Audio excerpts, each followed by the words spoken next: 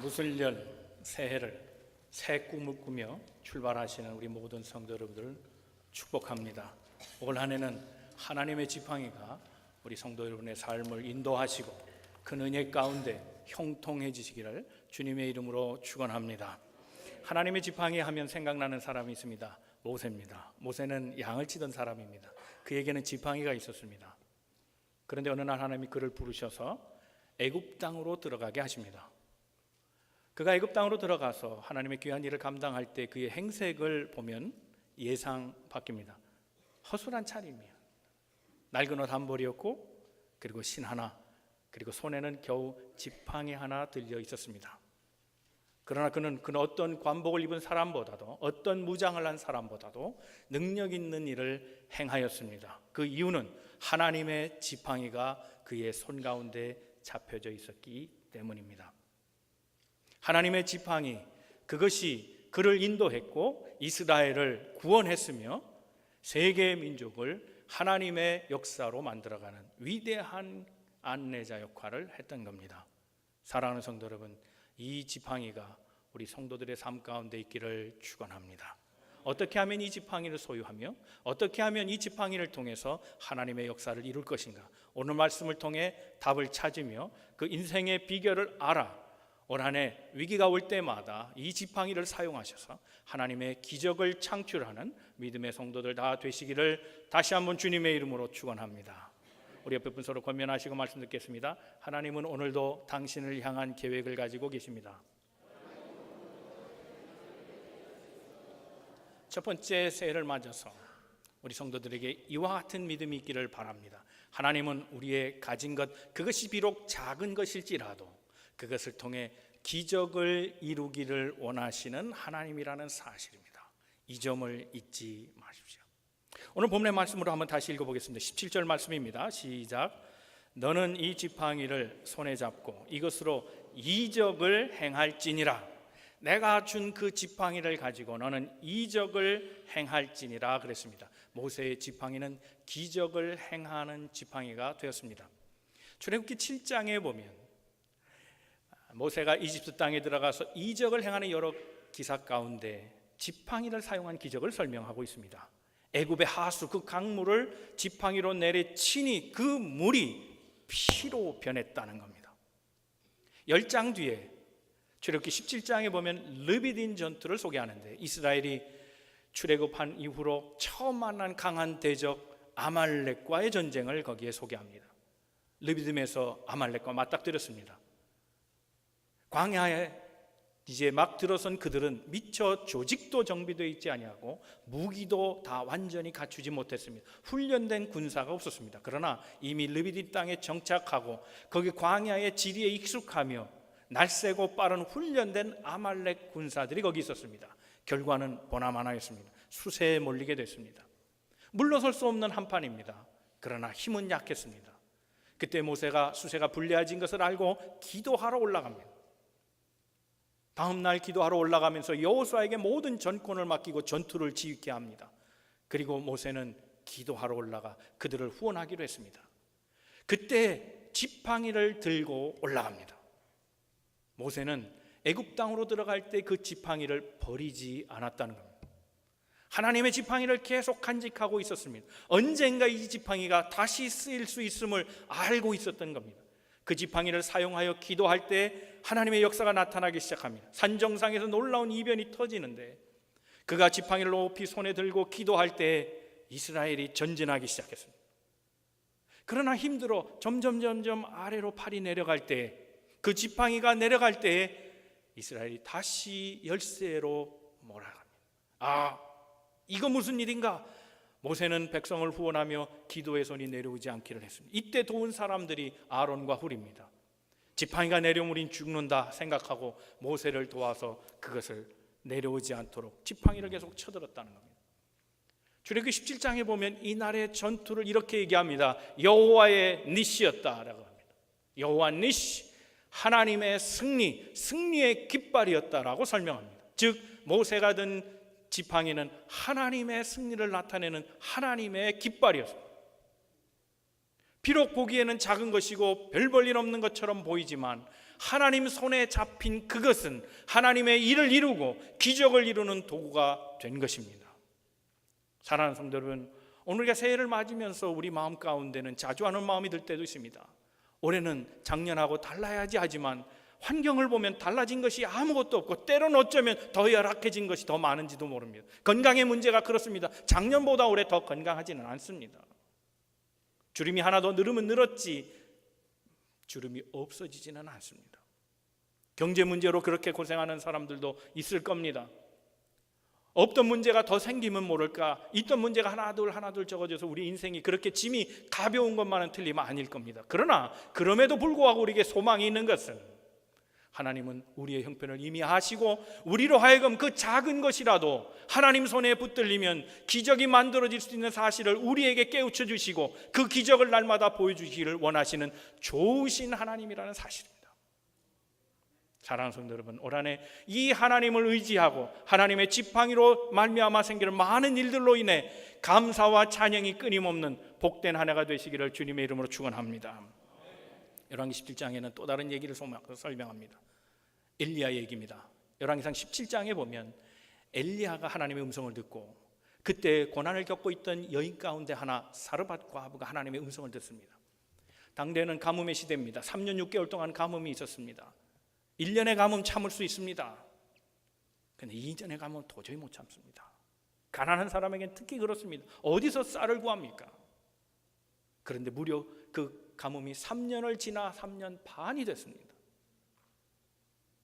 왕족이나 모를까, 높은 고관이나 모를까, 부자나 혹시 모를까, 보통 사람들의 삶은 찢어지게 가난한 삶입니다. 이 여인의 삶은 마찬가지였습니다.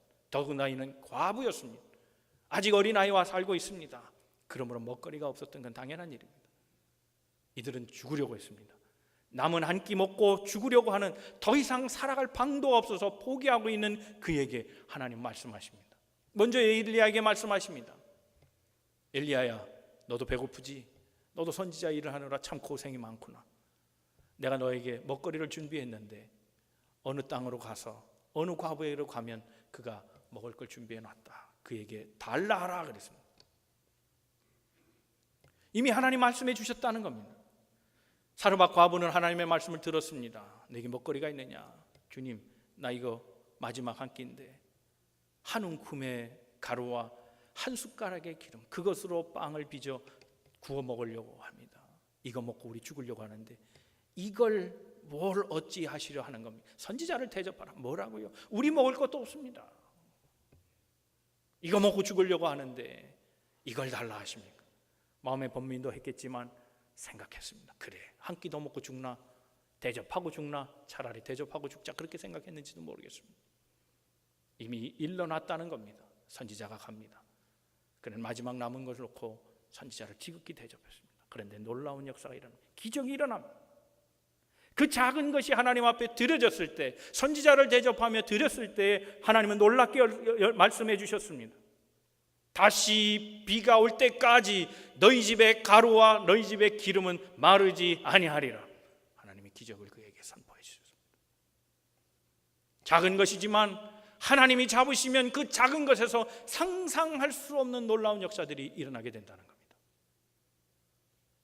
멜컴 글래드웰이라고 하는 사람이 아무도 들려주지 아니한 다윗과 골리앗의 이야기라는 책을 썼습니다. 그 가운데 이런 얘기가 나옵니다.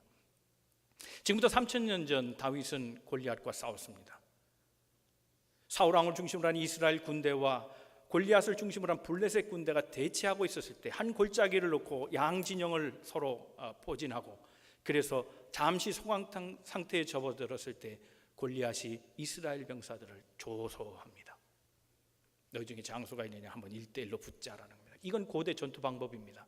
전체가 싸우는 방법도 있지만 장수끼리 붙어서 지면 지는 거고 이기면 다 이기는 거고, 아재 끝판을 내자, 나와봐라, 나랑 싸울 자가 있느냐? 너희들은 참 가소롭구나. 그렇게 멸시를 당하고 있을 때 때마침 다윗이 자기 형들, 군대 간 형들을 면회하고자 그곳에 왔습니다. 이스라엘이 조롱받는 것을 보고 참을 수가 없어서 왕에게 얘기하면 내가 나가겠습니다. 그때 왕은 자신의 것을 물려주면서 온갖 무장을 원했습니다. 투구를 씌워주고 갑옷을 비게 하고 커다란 칼과 창을 줬습니다. 그런데 맞지 않았습니다. 이거는 나와 맞지 않습니다. 그리고 그는 대신 그가 땅바닥에서 주운 돌에 골짜기라 물이 흐르는 곳이었고, 그래서 그 돌은 매우 단단한 차돌 같은 것이었어요. 짱돌 차돌입니다. 단단한 돌이었습니다. 그래서 금속과 같은 돌 5개를 준비해서 나가 싸웠다는 겁니다. 그런데 이 멜콤 글래드웰은 여기서 우리가 아는 상식과 다른 얘기를 소개해 줍니다. 골리앗에 대한 이야기입니다. 골리앗은 키가 2m가 넘는 사람으로 알려졌습니다. 커다란 사람입니다. 그런데 성경이 그를 관찰하는 것을 보면 아주 세밀한 부분에서 그의 허점이 보인다는 겁니다. 첫째, 그가 골짜기에서 다윗과 싸우려고 내려올 때에 그는 혼자 내려오지 못했다는 겁니다. 주변에 누가 돌봐줬다, 수중을 들었다라고 성경이 써 있습니다. 이 말은 뭔가 하면 그가 관절염에 걸렸을 거라는 겁니다. 조크가 아니고 정말로 거인병에 걸린 사람이라는 거예요. 당시의 키로 보면 그렇게 그 정도까지, 혹자는 2m 72cm까지 된다고 얘기합니다. 그렇게까지 크지는 않았다. 장수이긴 하지만, 큰 사람이기는 하지만, 그러나 그 정도는 아니었다. 아마 거인증에 걸렸을 것이다, 그렇게 얘기합니다. 정상적으로 크지 않고 거인, 비대증에 걸린 사람들이 있습니다. 이 사람들의 특징은 주로 관절이 아프고 심장이 약합니다. 심장이 약한 사람은 눈도 약합니다. 성경을 자세히 읽어보면 골리앗이 다윗에게 조롱하는 말 가운데 하나가 네가 막대기 들을 가져왔느냐, 이렇게 합니다. 막대기 들, 복수로 얘기합니다. 하나가 아니라 막대기는 하나 들었습니다. 지팡이는 하나 들었습니다. 그런데 그걸 들, 복수로 얘기한 것은 그가 난시였다. 다시 말하면 덩치는 크고 관절은 나빠가지고 누가 부축하지 않으면 내려올 수 없는, 왜요? 무장을 했기 때문에, 수십 킬로로 무장했기 때문에 도저히 혼자 몸도 가루지 못하는 그런 사람이 내려왔다는 거예요. 당대의 전투 방법은 3가지적으로 편성해서 싸웠다는 겁니다. 첫째는 기마병입니다. 말을 타거나 또는 수레를 이용한 방법, 이건 고급 병사들이 타는 겁니다. 두 번째는 일반 병사들인데, 일반 병사들은 칼이나 창 또는 방패로 무장합니다. 투구를 쓴다든지, 그래서 개인 군장을 합니다. 세 번째 방법이 있는데 그게 포병입니다. 오늘로 말하면 대포를 쏘는 건데, 당시에는 우리와 같은 대포를 쓰지 않았기 때문에 돌을 던진다든지 아니면 개인적으로 이런 물맷돌을 사용하는 병사들이 실제로 있었다는 겁니다. 기록에 의하면 이 물맷돌을 던지는 병사들은 매우 날렵한 뜀박질을 잘하고 센스가 있고 정확도가 높은 고도에 훈련된 사람들, 어쩌면 전투에서 가장 효과를 내는 사람들이 이 3번째 집단이었다는 겁니다. 다윗이 그런 사람이라는 겁니다. 2개의 주운 끈을 젓고 거기에 물맷돌을 넣고 돌리기 시작하면 5번, 6번 돌리면 스피드가 붙습니다. 그때 자기 감고 있던 2줄 중에 하나를 딱 놓는 순간 쫙 풀리면서 거기에 힘이 가해지고 물맷돌이 가죽들이 쭉 타고 내려가면서 탄력을 붙어서 날아가면 초당 35m가 된다는 거예요. 이것은 메이저리그 최고 투수가 던지는 그것보다 훨씬 더 빠르고 거의 총알 수준에 가깝다는 겁니다. 무려 얼만큼 날아가느냐? 기록에 의하면 182m가 기록에 나와 있다는 겁니다. 그러니 골리앗이 182m 떨어진 것도 아니고, 더군다나 그는 잘 움직이지도 못하고 거대한 덩치를 갖고 있으니 만약 거기에 짱돌이나 아니면은 납을 가지고 사용해서 던졌다면 웬만한 투구도 다 작살낸다는 겁니다. 다윗은 움직이면서 그래서 던지니 다윗이 훨씬 유리한 전투요. 만약에 다윗이 칼을 썼다면 근거리에서 붙어야 되므로 다윗이 열세에 처했을 것이지만, 다윗은 그렇게 하지 않냐고 들에서 양치는 자로 짐승과 싸우던 그 훈련된 몸으로 날렵하게 움직이면서 그리고 재빠르게 사용하여 그 물맷돌로 다윗을 꺼뜨렸다는 겁니다. 그러니까 우리 눈에 보기에는 골리앗의 장점이 분명히 하나님 눈에 약점으로 나타난 겁니다. 도리어 우리 눈에 열쇠로 보인 그것이 하나님 편에 보면 엄청난 효과를 내는 강한 것이라는 겁니다. 약한 것이 강한 것이고, 작은 것이 곧 큰 것이고, 연약한 것이 위대한 것이 될 수 있다는 걸 보여주는 겁니다. 그래서 멜컴 글래드웰은 말하기를, 우리가 봐는 이 약자와 강자의 싸움, 즉 약자는 다윗이고 강자는 골리앗이고, 그래서 이게 골리앗을 이기는 게임을 기적의 게임이라고 생각하는데 성경은 그것을 말하고 있지 않다는 겁니다. 도리어 성경이 말하는 요점은 작은 것이라도 하나님 손에 붙잡히면 그건 위대한 역사를 나타낸다는 그런 뜻이라는 겁니다. 저는 그 말에 동의합니다. 작은 것이라도 하나님 손에 붙잡으면 위대한 일을 나타낼 수 있다는 겁니다. 사랑하는 성도 여러분, 여러분 가운데 있는 모든 것들이 누가 보기엔 연약한 것이다 할지라도, 내가 보기에도 부족한 것이다 할지라도 그렇지 않습니다. 내가 약점으로 인정해도 하나님이 보시기에 그것은 장점이 될 수도 있다는 사실을 기억해야 합니다. 내 부족한 것이 도리어 하나님의 역사를 드러낼 수 있습니다. 하나님의 손에 잡히면 하나님이 기적을 일으키십니다. 하나님은 그런 분입니다. 내 것을 사용해서 기적을 만들기를 원하시는 분이 하나님이라는 겁니다. 세시 고든이라는 사람이 보랏빛 소가 온다는 책을 썼습니다. 이게 한국말로 번역은 그건데 영어 제목은 퍼플 카우라는 책입니다. 이 책에는 오늘날의 기업은 웬만한 것을 생산해 나가고는 이길 수 없다, 그렇게 얘기하고 있습니다. 특별한 거, 아주 특별한 걸 내야 된다는 겁니다. 그런데 그 특별한 것이 우리의 상식을 넘어서는 얘기를 합니다. 2003년도에 나온 이 책은 경영학 저서로 뽑힌 아주 좋은 책입니다. 이 책에서 말하는 것은 이런 겁니다. 우리가 생각할 때 기업을 만들려면 자본이 커야 되고 그리고 큰 대기업을 만들어야 그래야 성공할 수 있다고 생각하는데 아니라는 겁니다. 그는 이렇게 설명합니다. 농장에 수만 마리의 소가 있는데 거기에서 제일 큰 소가 돌아다닌다 할지라도 눈에 띄지 않는다는 겁니다. 그러나 눈에 띄는 방법이 있답니다. 아무리 작아도 퍼플 칼라, 보라색 소, 보라색을 치워놓으면 아무리 멀리 있어도 딱 눈에 띈다는 겁니다. 작지만 그게 강렬한 겁니다. 오늘날 미국의 진통제가 50여 가지가 있답니다. 저는 그 숫자를 안 세봤습니다만 이 세시 고든이 그렇게 얘기합니다. 50여 개가 있지만 아무리 좋다고 선전을 해도 사람들의 눈에는 타이레놀과 에드빌밖에 안 보인다는 겁니다. 웬만해 갖고는 안 된다는 겁니다. 그러나 이길 수 있는 방법은 자기만의 것, 특별한 것을 만들어라, 그런 얘기입니다. 내 것입니다. 사실 생각해 보면 불황이라고 다 돈을 못 버나요? 아닙니다. 불황이 찬스가 되는 사람이 있습니다. 전쟁이라고 다 망하나요? 아니에요. 전쟁 때 돈 버는 사람들이 있습니다. 거꾸로 말하면 호황 때 돈 버는 사람은 그럼 뭡니까? 답이 없습니다. 세계 각국의 대기업들을 이 세시 고든이 연구했는데 공통점을 찾아냈다는 겁니다. 그 공통점이 뭐냐? 하나도 똑같지 않더라는 겁니다. 어떤 기업은 오래 걸려서 성공하는 기업이 있답니다. 어떤 기업은 단기간에 한다는 거예요. 여러분 유기농 같은 건 오래 걸립니다. 양도 적습니다. 그러나 매출은 얘기가 다릅니다. 커서 성공하는 기업이 있는가 하면 매우 작아서 성공한 기업이 있다는 겁니다. 답은 없습니다.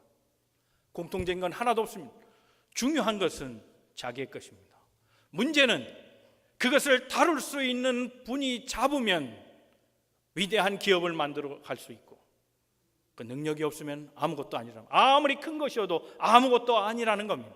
그러므로 사랑하는 성도들은 우리에게 이것은 곧 희망입니다. 우리가 가진 것은 곧 하나님의 일을 위해 쓰일 수 있는 도구가 될 뿐만 아니라 그것이 하나님 손에 잡히면 위대한 기적을 만들어낸다는 사실입니다. 그러므로 여러분, 지팡이 하나로 기적을 만드시는 분, 물맷돌 하나로 기적을 만드시는 분, 작은 밀가루 하나로 기적을 만드시는 그 하나님이 우리의 하나님인 것을 기억하고 올 한해 우리의 가진 모든 것을 다 주님 앞에 드리고 하나님 사용하여 주시옵소서. 주의 지팡이가 되어주시고 주님의 역사를 나타낸 도구 되셔서 우리 인생을 형통케 하여 주시옵소서 기도할 것입니다. 올 한해 하나님의 지팡이가 기적을 일으키는, 삶 가운데 기적을 일으키는 놀라운 은혜가 있어서 날마다 감사와 축복이 더해가는 우리 만남의 성도 다 되시기를 주님의 이름으로 축원합니다. 두 번째 생각할 것은 하나님 앞에 드려야 한다는 거예요. 아무리 그래도, 아무리 작은 것이어도 드리지 않으면 하나님의 역사가 없습니다. 내 것을 드리면 하나님이 그때부터 역사하십니다. 오늘 말씀 20절 말씀을 다 같이 한번 읽어보겠습니다. 시작. 모세가 그의 아내와 아들들을 나귀에 태우고 애굽으로 돌아가는데 모세가 하나님의 지팡이를 손에 잡았더라. 놀라운 말씀 아닙니까? 자, 주위에서 보십시오. 모세가 하나님의 명령을 들고 그리고 들어갑니다. 행색은 초라했지만 그래도 말씀에 의지하고 갑니다. 그의 손엔 지팡이가 잡혔습니다. 모세의 지팡이입니다. 그런데 하나님은 이제 그 지팡이를 하나님의 지팡이라고 말을 바꾸십니다. 지팡이가 바뀌었습니까? 하나님이 그 땅에 바꿔주셨습니까? 나무가 금이 됐습니까?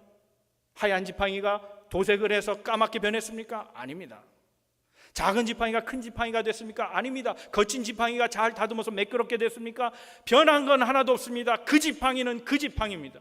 그런데 불구하고 그럼에도 하나님은 그 지팡이를 하나님의 지팡이라고 말을 바꾸십니다. 왜요? 사람이 자기를 위했으면 자기의 지팡이요, 인간을 위했으면 인간의 지팡이지만 하나님의 구원의 역사를 이루는데 사용되면 그것은 하나님의 지팡이가 되기 때문에 그렇습니다. 내 것이지만 하나님이 쓰시면 하나님의 지팡이가 되는 것입니다. 이스라엘을 구원하기 위한 그 지팡이, 그것은 더 이상 모세의 지팡이가 아니라 하나님의 구원 역사를 창출하는 지팡이가 된 것입니다. 요한복음 6장에 보면 오병이어의 기적이 나옵니다. 우리가 잘 아는 말씀입니다. 이것은 마태, 마가, 누가, 요한 모두에게 나오는 기적입니다. 그만큼 유명한 기적이고 모든 이가 아는 기적이었습니다. 그런데 마태, 마가, 누가에 표현하지 않은 것이 있습니다. 요한복음에만 있는 특별한 것이 있는데 그건 어린아이에 대한 기록입니다. 어린아이에 대한 기록이 마태, 마가, 누가에 빠진 이유는 어린아이의 얘기가 없어도 오병이어를 충분히 설명할 수 있기 때문입니다. 그런데 요한은 어린아이를 주목해보고 썼습니다. 자, 한 번씩 읽어보죠. 9절 말씀입니다. 시작. 여기 한 아이가 있어 보리떡 5개와 물고기 2마리를 가지고 있나이다. 그러나 그것이 이 많은 사람에게 얼마나 되겠습니까? 여기 한 아이가 있어서 물고기를 가진 것이 있는데, 떡 조금 있는데 이걸 애가 가져왔는데 이게 무슨 소용이 있습니까? 이 말 속에 이 어린아이가 이 떡 그리고 물고기 5병, 떡 5개, 물고기 2개를 스스로 가져왔다는 것을 알 수 있습니다. 어쩌면 이것은 자신과 가족이 먹었을 그런 음식입니다. 이 음식은 누구하고도 바꾸지 않습니다. 누가 나눠 먹을 만큼 그렇게 많은 것도 아니고 설령 달라고 한다면 이게 줄 게 아닙니다. 예수님은 광야에 자기 말씀 들어 쫓아온 많은 성도들을 불쌍히 여기셨습니다. 때가 됐는데도 그들이 다 굶고 있기 때문에 그렇습니다. 그러니 이 아이도 굶었을 겁니다. 아이는 굶는 걸 못 참습니다. 배고픈 걸 아이는 못 참습니다. 그럼에도 불구하고 이 아이의 마음은 주님에게 있었습니다. 주님이 시장하실 텐데, 주님이 백성을 긍휼히 여기는 만큼 이 아이도 주님의 마음을 갖고 있었습니다. 주님은 더 배고프실 텐데 가지고 왔다는 겁니다. 즉 예수님이 받으신 것은 오병이어 그 자체가 아니라 이 아이의 마음을 받으셨다는 겁니다. 왜요? 하나님이 오병이어가 있어야 기적을 행하십니까? 결론은 아닙니다. 하나님이 이미 광야에서 만나와 메추라기를 주셨습니다. 메추라기 한 마리로 100마리를 만든 것이 아니고 만나 그 가루를 조금 가지고 많이 불려놓으신 분이 하나님이 아니라 없는 것을 있게 하신 분입니다. 그러므로 오병이어가 없어도 하나님은 먹일 수 있는 분이십니다. 그러나 그럼에도 불구하고 이 아이의 것을 받으신 것은 그 물질이 아니라 그의 마음을 받으셨다는 것. 주님, 이것이 제가 가진 전부입니다. 제 것이지만 주님 얼마나 필요하십니까? 주님이 원하신다면 쓰십시오. 드렸을 때에 하나님이 그것을 풍성하게 하사 기름지게 하시고 먹고 남을 만한 풍성한 삶으로 인도해 주셨다는 겁니다. 여러분, 왜 없다고 염려하십니까? 왜 모자란다고 걱정하십니까? 왜 안 된다고 불평하십니까? 왜 못한다고 포기하십니까? 하나님 손에 붙잡히면 하나님이 일하실 것을. 사랑하는 성도 여러분, 올해 우리의 모든 기도의 제목을 다 주님 앞에 내어 맡기고 하나님의 은혜로 풍성케 하시는 놀라운 역사들을 체험하는 우리 모든 성도들 다 되시길 주님의 이름으로 축원합니다. 생각해 보십시오. 하나님 손에 있으면 모든 것이 가능합니다. 여러분, 위대한 작곡가 베토벤 운명고향곡 얼마나 웅장합니까? 하이든의 천지창조 대단합니다. 그러나 그 모든 것들은 7개 갖고 다 만드는 겁니다. 동양 사람은 5개, 서양 사람은 7개, 그 7개 가지고 물론 한 옥탑은 12개고 그것을 단조로 만들고 뭐 등등등등 조합은 할 수 있지만 가장 기본적인 음은 7개입니다. 7개 가지고 위대한 음악을 만들어냅니다. 장엄한 음악을 만들어냅니다. 작곡가는 그런 사람들입니다. 작곡가의 손에 7개 음계가 붙잡혀 있으면 그것을 가지고 놀라운 음악, 사람을 감동시키는 음악을 만들어냅니다. 그러나 음악을 모르는 사람은 7개를 줘도 안 됩니다. 1, 2, 3, 4, 5, 6, 7, 8, 9, 10 10개의 숫자, 그 수학을 모르는 사람은 10개를 줘도 겨우 셈하고 살지만, 그러나 물리학자가 잡고 수학자가 그 10개의 숫자를 잡을 때 놀라운 위대한 법칙들을 만들어냅니다. 내가 만들면, 내가 잡으면, 내가 행하면 별일 아닐 수도 있지만 이 땅을 창조하시고 만드시고 운행하시는 하나님이 내 작은 것이라도 붙잡고 계시면 거기에서 놀라운 역사들이 일어나게 된다는 사실입니다. 그러므로 내 모든 것 적은 것일지라도 다 주님 앞에 드리고 쓰임받게 되기를 주님의 이름으로 축원합니다. 그래야 하나님의 기적이 일어납니다. 예상 못한 놀라운 축복의 역사가 일어납니다. 우노 다카시가 그런 얘기를 했습니다. 장사의 신이라는 책에서, 여러분 한번 읽어보셔도 괜찮을 책 같습니다. 저는 그 책을 읽으면서 많은 감동을 받았습니다. 그 책에서 이런 얘기를 합니다. 우노 다카시가 유명한 것은 그가 하는 것마다 손대는, 성공했다는 겁니다. 도쿄 주변에 작은 선술집을 했는데 회를 팔고 술을 파는 곳이었는데 그 사람은 열기만 하면 잘 되더라는 겁니다. 5평짜리로 시작합니다. 5평 그 음식점 몇 명이나 손님이 오겠습니까? 거기서 돈을 벌어야 얼마나 부자가 되겠습니까? 그런데 거기부터 시작합니다. 오는 손님마다 그에게 다음 사람을 소개해달라고 그렇게 부탁을 합니다. 이 작전이 먹혔습니다. 사람이 사람을 또 사람이 사람을 소개하면서 소위 건전한 다단계가 형성됩니다. 단골이 다 다단계로 모이는 겁니다. 계속 끊임없이. 그래서 하나 또 늘리고 하나 또 수많은 점포를 가져서 다 성공하는 사람이 되었습니다. 우노 다케시가 그런 얘기를 합니다. 사람이 도마도를 썰을 수 있는 능력만 있다면 그 사람은 밥 장사가 가능하다 얘기합니다. 병 따는 실력만 있으면 그 사람은 술집을 차릴 수 있다 얘기합니다. 세상에 도마도 못 자르는 사람이 있습니까? 병 따게 가지고 병 뚜껑 열지 못한 사람이 어디 있습니까? 누구나 할 수 있다는 얘기입니다.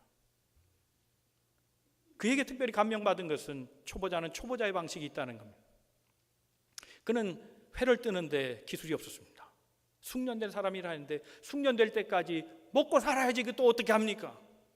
그러니 계속 실패를 하고 모양도 거칠고 똑바로 나오는 게 없고 찌글찌글 이게 완전히 이게 장사로 내놓기는 너무 부족한 메뉴라는 겁니다. 그래서 아예 뭉툭뭉툭 썰어가지고 연습하면서 그냥 그래서 메뉴를 그렇게 얘기합니다. 막선회 그게 메뉴입니다. 일본 사람은 이게 도저히 용납이 안 되는 겁니다. 전문가가 해야 됩니다. 그래야 장사가 되는 겁니다. 그런데 신기한 일입니다. 막선회가 있다. 그 집에 아주 울퉁불퉁해. 그거 쓴 거 말할 수도 없어. 근데 싸고 퀄리티 좋아. 모양만 그래. 이게 소문이 나기 시작한 겁니다. 그러다 점점 익숙해지면서 높은 경지에 이르게 됐을 때 그 메뉴를 치워버렸습니다. 다 자기마다 단계가 있는 겁니다. 없으면 없는 대로, 모자라면 모자른 대로 사는 거지. 거기에서도 생존의 비결이 있다는 겁니다.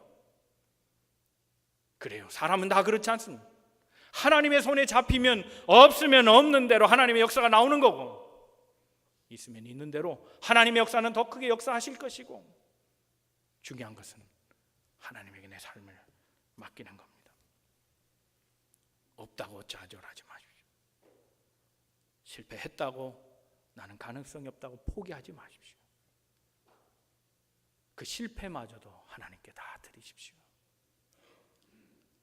이것 갖고 5,000병을 먹이겠는가? 미리 계산하고 빠지지 마십시오. 하나님 손에 잡히면 그 다음부터는 하나님이 일하십니다. 기도하십시오. 다 맡기십시오. 하나님의 지팡이 의지하고 살아가십시오. 올 한해는 하나님 앞에 다 맡기고 근심과 염려 없이 하나님의 놀라운 기적의 역사들 날마다 체험하고 살아가는 믿음의 성도들 다 되시길 주님의 이름으로 축원합니다. 세 번째 생각할 것은 이제 그렇다면 하나님의 지팡이 의지하고 살아가십시오. 하나님의 지팡이가 우리에게 평안과 안위를 허락해 주십니다. 우리가 잘 아는 말씀이 있습니다. 시편 23편 4절 말씀, 요절 말씀 다 외우는 말씀입니다. 이 말씀 한번 읽어보겠습니다. 시작. 해를 두려워하지 않을 것은 주께서 나와 함께 하심이라. 주의 지팡이가 막대기가 나를 안위하시나이다. 그는 목자인지라 지팡이가 어떤 것인 걸 잘 압니다. 이 지팡이는 그는 양을 인도하는 대로 썼습니다. 그래서 이제 주의 지팡이라 그랬으니 주님께서 나를 그렇게 인도해 주실 거라는 믿음이 그에게 있습니다. 이 지팡이를 가지고 위험한 동물을 물리쳤습니다. 그랬으니 이제 주의 지팡이가 나를 도우셔서 모든 악한 적으로부터 나를 보호해 주시라 믿고 있는 겁니다. 그는 그 지팡이를 갖고 때로 힘들고 어려울 때 의지하면서 힘을 충전했습니다. 그랬으니 이제 주의 지팡이가 그에게 새 힘을 주실 거라는 것. 그래서 그의 마음은 이제 내 마음을 안위하시고 평안을 주시는 하나님, 그 하나님으로 자족할 수 있게 된다는 것을 믿음으로 고백하고 있는 겁니다. 사랑하는 성도들, 이제 우리가 한번 옛 과거를 돌아보죠. 작년까지 우리가 쥐고 있었던 지팡이가 하나님의 것이었습니까? 혹 우리는 다른 지팡이를 가지고 내 삶을 스스로 인도해 간 것은 아닌지. 어떤 사람에게는 건강의 지팡이가 있습니다. 그걸 의지하고 살았습니다. 생각해 보세요. 그게 온전합니까? 아닙니다. 건강 자랑할 게 못 됩니다. 우리 내일 일을 알지 못합니다. 하루아침에도 거꾸로질 수 있습니다. 물질의 지팡이요. 네, 그게 잠깐의 편안함을 주죠. 안위를 줍니다. 물질이 있으면 걱정이 좀 덜하지요. 그러나 그게 온전합니까? 그것도 아니죠. 있는 돈도 하루아침에 다 쫄아버리고 파산도 경험할 수 있습니다. 그것도 의지할 만한 것이 되지 않습니다. 명예는요, 권력은요. 여러분, 우리가 인생을 건다는 것을 못과 옷의 관계로 얘기할 수 있는데 약한 못에 옷을 걸어놓으면 옷이 떨어지는 겁니다. 의지할 것 없는 것에 붙잡고 있다간 그게 우리 인생을 돌보는 것이 아니라 망치는 길이 될 겁니다. 그것이 아닙니다. 하나님의 지팡이를 잡을 때 인생은 평안을 얻게 되는 줄로 믿습니다. 미국의 대통령을 보십시오. 그는 엄청난 차를 타고 다닙니다. 방탄차입니다. 총알이 유리를 뚫을 수 없습니다. 겉껍데기만 2톤에 달합니다. 장갑차 수준입니다. 웬만한 수류탄도 견뎌냅니다. 타이어는 특수한 타이어입니다. 터져도 약 50마일을 4시간 정도는 달릴 수 있는 그런 타이어로 제작되어 있습니다. 뚜껑은 비행기 금속으로 거기에 다 붙여져 있습니다. 수십만 원, 수백만 불을 하는 그런 차이지만 그 안에 들어가 있는 사람은 가장 위험을 겪는 사람이요, 가장 불행하고 근심과 걱정이 많은 사람, 바로 그 사람이 그 속 안에 타고 있습니다.